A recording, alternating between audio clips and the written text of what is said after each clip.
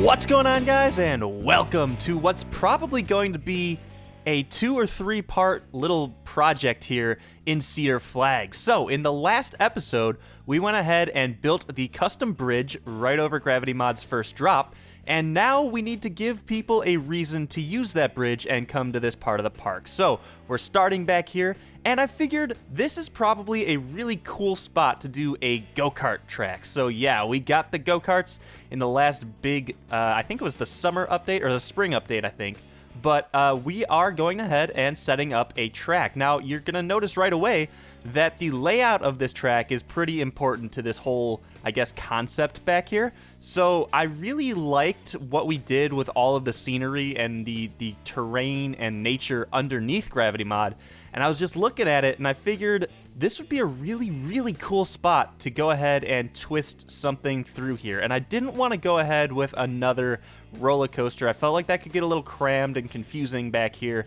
But the go-kart track is actually a really, really awesome way to kind of, I guess, take riders or park guests, if you will, down through this little nature area, give them like something to look at, and then wind it back through this little underneath Gravity Mod, through the cliffside, and then back to the station. So this is the project. This is going to be huge. I have really big ambitions for this project, and we're going to be designing the track in this episode, and we're also going to be doing one of the main, I guess, scenery things for this, and you probably can tell by the thumbnail for this video and the intro, but we're going to be doing a Grandstands type building. So this is really cool. Now, we'll talk more about the Grandstands when we get to it. Right now, all we're doing is just kind of tidying up all of the terrain. You saw me actually have to go through the menus and turn on the terrain clipping, or turn off, rather, the terrain clipping. Wow, that's a mouthful. But yeah, we're just kind of snugging the terrain up to the track. I didn't want the track to be, I guess, supported, if you will. I didn't want any bridges or anything in the track. But we went ahead and made sure we had all of the trees cleared from the track. And we're going to be doing more with track design in either part 2 or 3, depending on how I break this little build up. But right now what we're doing is getting into the main building. This is going to be the Grandstands building, and this is going to house the queue line, and it's also going to be a really, really cool spot to put some shops in. So if you ever go to like a sporting event or a race or anything, if you're into that kind of stuff, you'll see all of the concession stands around the area. So this is kind of like a good spot to put some of these shops. So it's not like we have to build brand new buildings to get more concession stands back here, but we're just going to kind of sneak it into this build, and it's actually going to turn out really, really well because they kind of look like they belong there. So this build, I am so happy with the way this came out. It looks so good. But right now what we're doing is just kind of laying out the profile of these grandstands. So these are just, they're not functional grandstands. We don't have a bunch of paths and a bunch of benches and stuff for people to come up and sit down and watch people racing. These are more just like for aesthetics. Like, it just, from a distance, it looks like it's going to be, you're going to be racing in front of a massive crowd of people. So that's kind of what we were going for.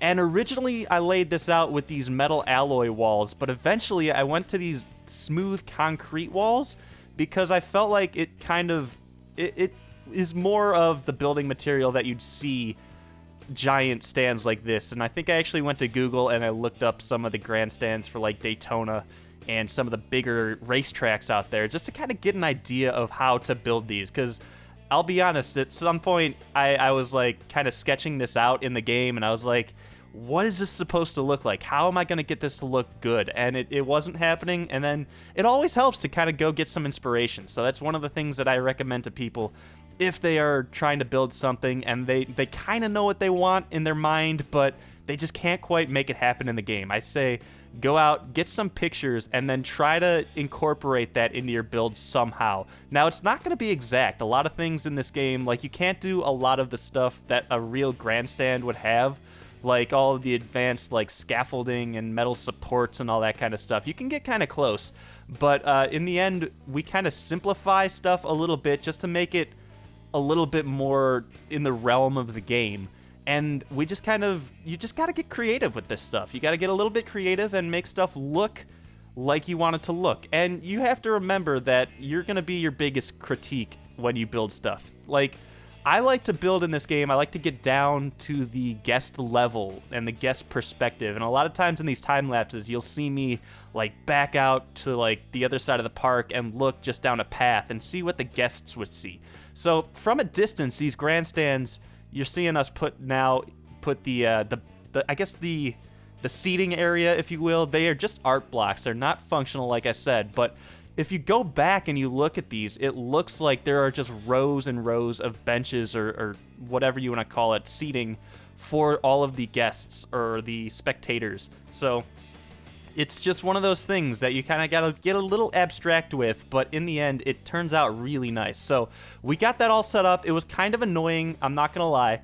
But in the end, I wanted to go ahead and get these checker flag patterns because it's one of those things that's going to signify this as a kind of a grandstands over just like a weird looking roof. But you're seeing the weird clipping of the art blocks, and when you change colors, it kind of, the two colors fight for each other, so you get that weirdness going on. So I had to go through and actually adjust all of these, and if I did this again, I would do it a little bit different, I think. But yeah, I cut a lot of that out because it's not really entertaining to watch me go through and fix something like that. But we're just building now the back end of the grandstands, and we're actually going through and swapping that metal alloy out to the smooth concrete, and this looks great. I love how this came out. I can't say it enough. I'm going to say it multiple times throughout this episode, but I love that the smooth concrete on the sides we've painted white, and then at the back we've left it that concrete color. It's the same color that it would just be like poured concrete. So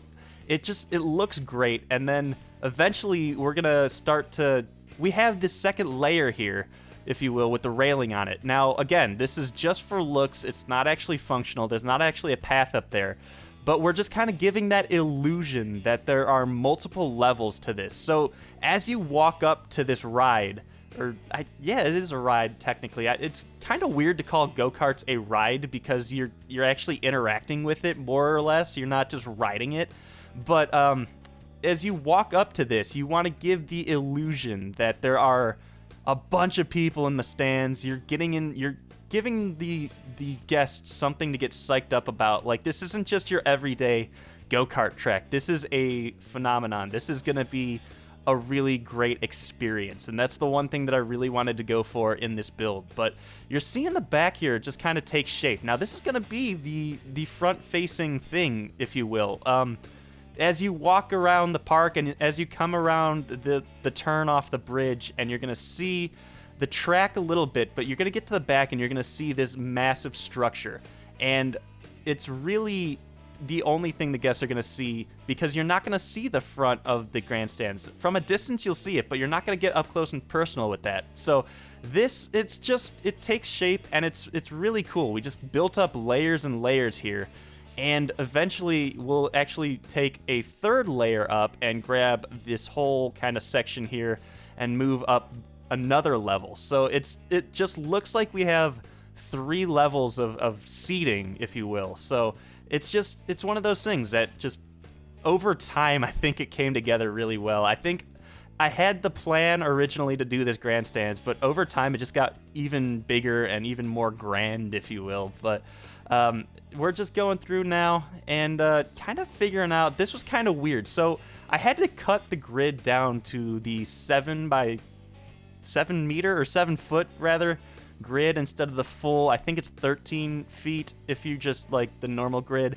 So it essentially cuts it in half. So the windows are a little strange at points here. So a lot of the roofing that we do, the roofing that we do here is all custom, but we just had to fill some of this gap here, and I figured one way to do it would be to get some lights up on the top here, just because even though I don't think these lights are gonna like light up the track from up here, it's just one of those things that it looks like it belongs. Like if you look at a sporting arena or a race track, you see all of these lighting elements. They obviously have these massive spotlights for the nighttime races. So I just wanted to give that kind of impression here, and it was just a really good way to kind of fill that space between the roof and the windows. Now, we had to actually fill the gap between the roof and the windows on the sides with art blocks. Now, it wasn't anything major. It was just kind of throwing some blocks together to fill some space, but in the end, it's one of those things that you kind of have to do to just, because there's no real piece that's gonna fit in that. You just kind of gotta work with what the game kind of gives you at some points during these kind of in-depth builds. But I found these flags. I love them being up on top, and I just kind of made them primary colors with a little bit of race influence. So the whole, I guess, color scheme throughout this whole racetrack is kind of that green, yellow, blue, and red. Now, green, yellow, and red obviously have some racing implication, if you will, but the blue is just kind of another primary color that we fit in there. But we're putting now some railings that I really love how this comes out. This is one of those details that you really probably wouldn't even notice unless you just saw me put it in there. But these little hand railings on the side just add that little bit of like realism. Like if you were, I guess if this was a real like grandstands or arena or something, you'd have probably walkways on the sides. You wouldn't actually have like seating all the way to the sides. So having those railings there just kind of, it's a little bit more immersive. Is that a word? Immersive? Yeah, it's a little bit more immersive to see that from the sides. But we have those 3 stalls in the back of this giant grandstand structure. And of course we had to put some branding back here. So we made the Cedar Speedway. I haven't actually mentioned that, but this is what we are calling this, the Cedar Speedway sign. We're just kind of going through, and I didn't really like the yellow, or not the yellow, the white outline around the sign. So of course you can fix that by just kind of putting some art blocks in a frame together. So it's not the best sign. We actually do a little bit more with signage in a few moments in this build, but it's something that's back here, and I don't know. I guess we could change the color of this sign. It is just black and white at this point, but I don't know. I've never been really impressed with the signage in this game, and you guys know that by now if you've watched this series. I really feel like we need more signage, and actually that brings me to another point, and the game is actually getting an update soon, and it's actually going to bring in video boards. So we're essentially going to be getting like TV screens in the game. So we're going to be able to make custom videos and custom pictures. So a lot of the signage, I guess, moving forward is going to be able to be highly customized. So I am so excited for that, but that's in a future patch, and hopefully that comes sooner rather than later. But just know that we are going to be doing so much with that around the park. We'll probably actually just take an episode just to put those in around what we already have. But you just saw us put some lights in, and now we're going through on the interior wall, or the speedway wall. I don't know what you want to call this, the pit wall maybe.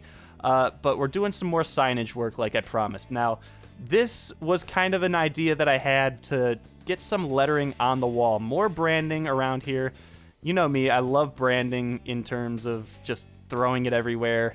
But I wanted to do the thing where you could sink the sign into the wall and just have the letter go through. But in the end, it actually didn't work with this signage for some reason. I don't know what was going on with that. So in the end, we just kind of changed the colors. And it gives that really cool, like, race car feel, I guess. It's, I don't know, it's just got that font with that cool background that's kind of faded out. It just reminds me of like a racetrack from probably like the 90s or the 80s. But anyway, moving back to the outside of the racetrack, we're actually doing some nature work here.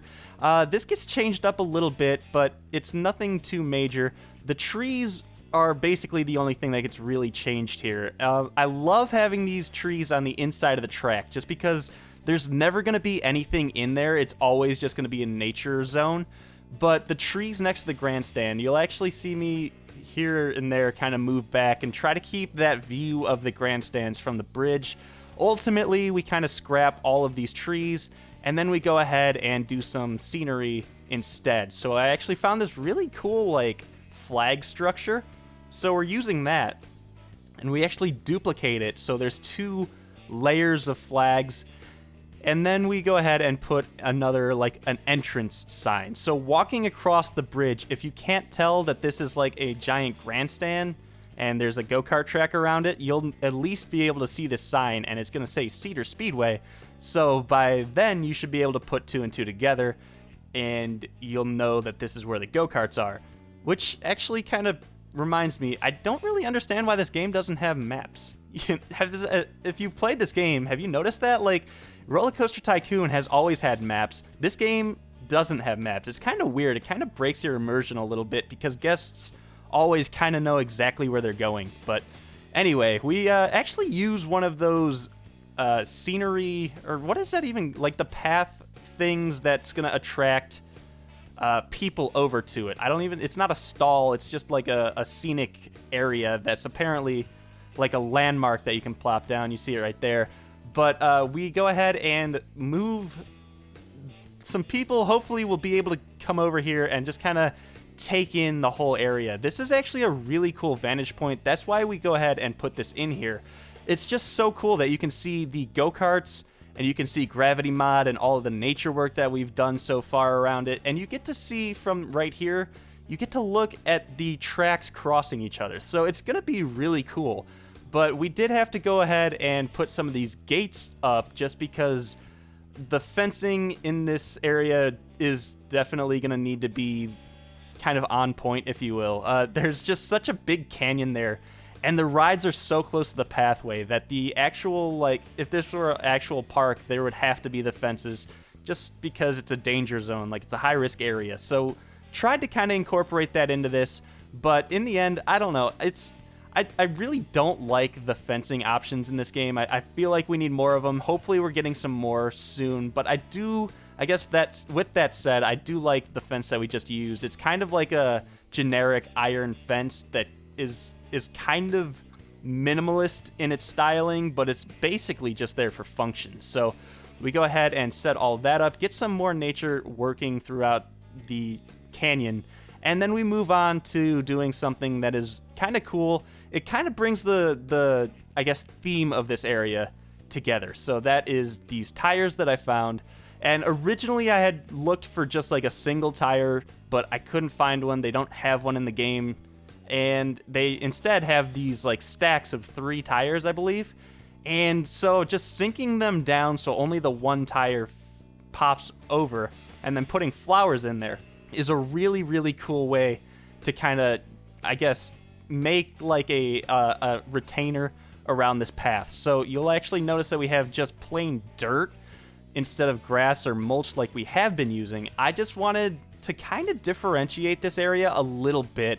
And so the dirt just kind of, it seemed right for some reason. I think when you have like a racetrack, I think the minimal, I don't know how to say what I'm trying to say. It's like in a racetrack, dirt is like acceptable. I don't know if that's like, it's a little weird to say, I think maybe. It's a little whatever, but I think the just plain dirt looks like it belongs around the racetrack. I don't know. I don't really feel like you're going to get a lot of, especially in a go-kart track, you're not going to get like a ton of landscaping. It's going to be kind of minimal effort. So for that reason, I felt like the dirt was the right choice here. So that's what we ultimately go with. But having a little bit of flour just adds a little bit of that touch that it's not just like this low income kind of area, I guess. I don't even know if that's the right way to phrase that, but it looks like we're putting some effort into theming. We're just not going over the top because we just want to go fast around a racetrack.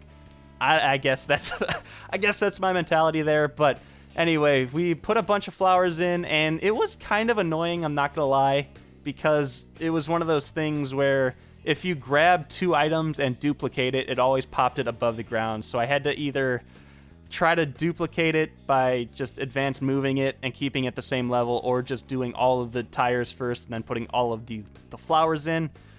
It all came out in the end. It was just kind of tedious at some point. But anyway, we do a little bit more nature work here near the sign, just something minimal. Again, I really wanted that sight line to the grandstands to still be there. And ultimately, we just kind of throw a couple really minimal trees back here. But moving forward, we're going to be probably theming a little bit more in the next episode. around the front entrance because there are going to be a lot more things coming together. I'll explain that in the live portion, but to finish this off, we're just kind of doing a little bit of foliage work around the track. Now, again, this was always going to just be nature in here. This wasn't going to be a place where we're going to have people walking around. So I love using these big bushes as kind of like undergrowth under the trees, and I feel like we're going to use that more throughout the park as well. We've done a lot of this kind of stuff already over by Alpine Spirit. So, I don't know, just using this to kind of just signify rather that nature has grown throughout here and we haven't really tried to contain it at all. But I think that's pretty much it for this time lapse. Let's go ahead and head into the live portion and talk about what we have just done. Alright guys, so we are live and we are looking down the bridge that we made in the last episode toward what we did in the time lapse. And what a time lapse it was. There was probably about 4 to 5, maybe even closer to 6 hours of work done in this time lapse. It's one of those projects that I just kind of got started on and it kind of took over and I just was going with it. And it's one of those things that I don't know, I really love what's going to happen in this part of the park. So we're going to talk a little bit about what we are doing in the next episode along with what we just did. But I do want to mention that there is still a promo video to be made for Gravity Mod, and I was holding off on that until after we did the bridge, and then I figured we should probably hold off until we get some people kind of walking down this area. So after we kind of open this area up after the next episode, I think we'll be able to get a promo done, if not a little bit before then. I just want to get, because, I don't know, when you start to go through the promo video, you want to be able to see not only the bridge, but you want to have some people kind of walking through here, just to give some life to the video. So just know that the promo video and the POV for Gravity Mod is still coming. It's just delayed a little bit for, well, reasons. But anyway, what have we just done? Well, we built Cedar Speedway and its first grandstand. And yes, I say first because I am planning on doing a second one. Now, I'm not planning on doing a big, like the one that we just did is like this massive structure. I kind of want to scale it back a little bit, but I do want to put one here in the next episode. So look for that, and we'll do a little bit of a different thing with that because, I don't know, obviously this one is housing the queue section of the ride, and this one doesn't have to, so we'll do a little bit of a different thing with that, put some utilities in there, some bathrooms and that kind of stuff. But anyway, this is what we were doing in this episode. So you're seeing over here the main, I guess, plaza just kind of outlined here. We have a lot of work to do yet, and the reason that I didn't want to put that kind of yard work or landscaping, if you will, in this episode is because I'm not sure how we have to manipulate the path work for the next one. So if I go ahead and I kind of fill up this area, if I had to do something with the path work and something had to change or something, I didn't want to have to go and redo that. So just kind of planning ahead before we kind of jump in and get some landscaping in here and stuff finalized. So yeah, that's one of the reasons that it's a little bit incomplete over here, but for the most part, everything else is complete around this area. So as you walk down through the main bridge, you see this kind of point of interest. I don't know what to really even call this, but what a point it is. You can see a great shot of Gravity Mod. The tree is actually kind of blocking that. I don't know if I want to take that out or not. Maybe I do. I'm not sure. But you just get such a good little glimpse of just everything that's going on here. In terms of this last kind of turn here, the snaking turn from Gravity Mod, you can actually see the zero-G roll pretty well throughout here. And eventually you're going to see a lot of go-karts going around here. So I love this area and everything that you can see around here.